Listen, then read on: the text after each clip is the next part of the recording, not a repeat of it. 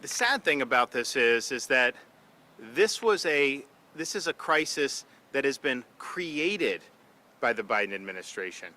You know, President Trump instituted a number of policies, and it dramatically reduced the number of people that were coming across the border illegally. Most of the people that are coming are basically economic migrants. They are claiming asylum, but they don't qualify for asylum. And so President Trump's policy was, okay, if you're doing that, you remain in Mexico, we'll adjudicate. And they know at that point, you know, they're not going to get a valid asylum claim to succeed. And so it really reduced the incentive to come. Well, when you revoke that policy, when you revoke the safe third-party agreements with the third-party countries, when you do all that, you are creating a huge influx. And the thing that was noticeable when we had our folks there, and it's still true today, was these are not Mexicans coming across the border. I mean, it was very few that were Mexicans. It was all these other countries across the world. I mean, there were people from South America, the Caribbean, Africa, the Middle East that were coming through that border because the message has been sent that, yeah, you know, you just come to the border and you're fine. And think about it. They're going to impose travel restrictions. You know, if you take a trip to the Bahamas or something, you got to do a test to be able to come back to your own country. People coming across the border, you know, they just do what they want. And then Fauci was asked about some of these mandates about the border. He said, oh, that's a separate issue. We'll impose mandates on Americans, but yet the border's a separate issue, and they get to live, you know, they get to come here and not even follow the same rules that the average American would have to follow. So this is really nuts. So this is avoidable. This can be ameliorated. Of course, we want to see the reinstitution of the Remain in Mexico policy. They are under a court order to do it. I don't think that they've really done it. I think they're dragging their feet. Our lawsuit, we've already gotten some positive results out of it. Hopefully we'll be able to get over the hump and get some more. But in the meantime, you know, we've got to be able to take action. We've got to be able to take steps to protect our folks. So that's what we're doing, and I think these are really strong steps. Unfortunately, we're limited in terms of what we, quote, can do. The states have tried, when federal governments failed in the past, to step in, do very reasonable things, and courts say, oh, no, it's the federal government's purview. Well, that would be fine if they were actually doing their job, but how is it their purview when then they don't do the job? And so I think states should be able to step into that void, and so that's what we're looking to do here with the state of Florida. I'd also just like to say, since we're here, the fire station, we were happy in our budget yesterday to really provide strong support for our first responders, including and especially law enforcement. But last year we were able to secure $1,000 bonus payments for every sworn law enforcement, fire rescue, and EMT in the state, and we put it in the budget again, and we want to do it for a second year in a row. So I think that that'll be really meaningful and it'll be important. And then we were also able to do a lot for state law enforcement. We're doing a 25% pay increase for members of state law enforcement agencies like FHP, FDLE, Fish and Wildlife. Very, very important. And then new hires, they're going to start out at a level that's 20% higher current.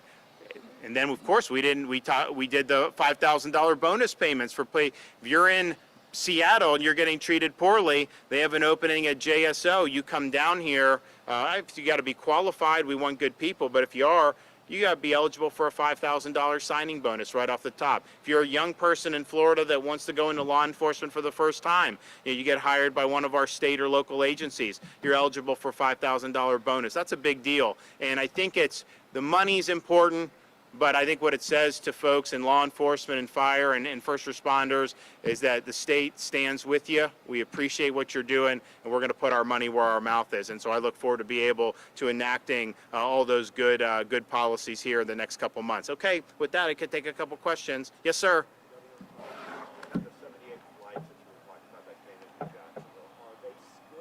No. So once this became a real big issue, there's not been a flight since. I think we did a press conference at one of the other, I think it's Cecil. So how many weeks has it been? I mean, it's been 6 weeks.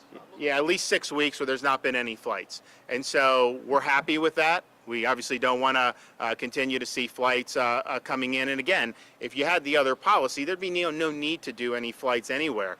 And so we hope that that's the direction they're going. But yeah, no flights over at least the last 6 weeks.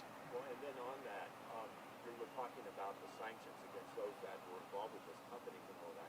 Can you give us any idea of the companies that you're talking about? Are we talking about the charter flights? So there's a number.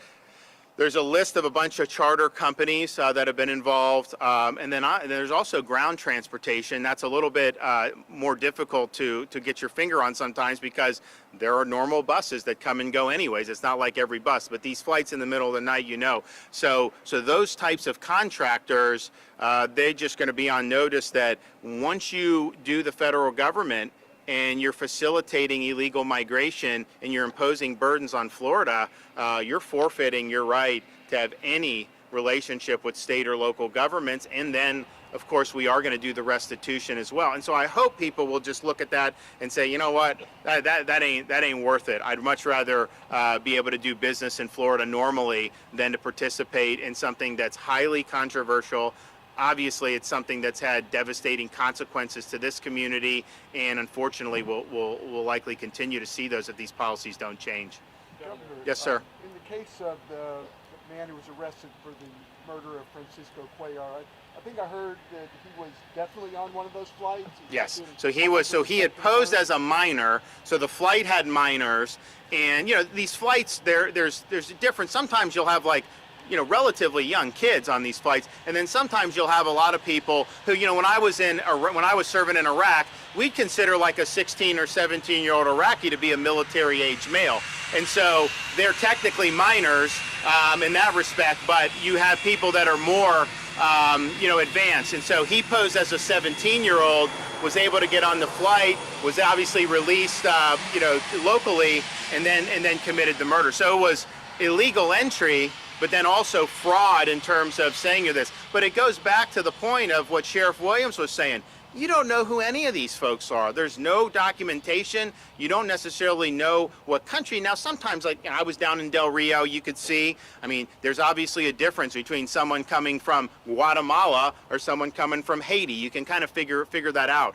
But at the end of the day, you don't know. And you also have folks who have been in other countries. So maybe they're from one country, they left, they've been living in another country for years, but then they say, hey, you can come across the border, so now they're deciding to come to the United States. I'll tell you, though, it has destabilized some of these communities in different parts of Central America in particular, and my view would be, if they knew that this wasn't viable, much more likely to work and do things to help their own communities there. But when you're told, hey, just come across the border and you're fine, some people are doing that. It is, though, very hazardous. So there's a whole host of people coming across, but when you have a flight, to have very young children, you have people that are 6, 7, 8 years old, that is hazardous, that they would be going across the entire Central America, all into Mexico. It is, as Larry said, this is not working out well. Just think, as a father of young kids, I don't want my kids out of my sight. I would never allow something like that to happen. But you got a lot of bad things going on. The cartels are taking advantage of it. There's human smuggling, and it's just a really bad situation. So for us to be, as a country, basically facilitating that's a really, really bad policy. It is very hazardous to have somebody who's that young being illegally crossing international borders. That is just not a policy that we should want to entertain at all.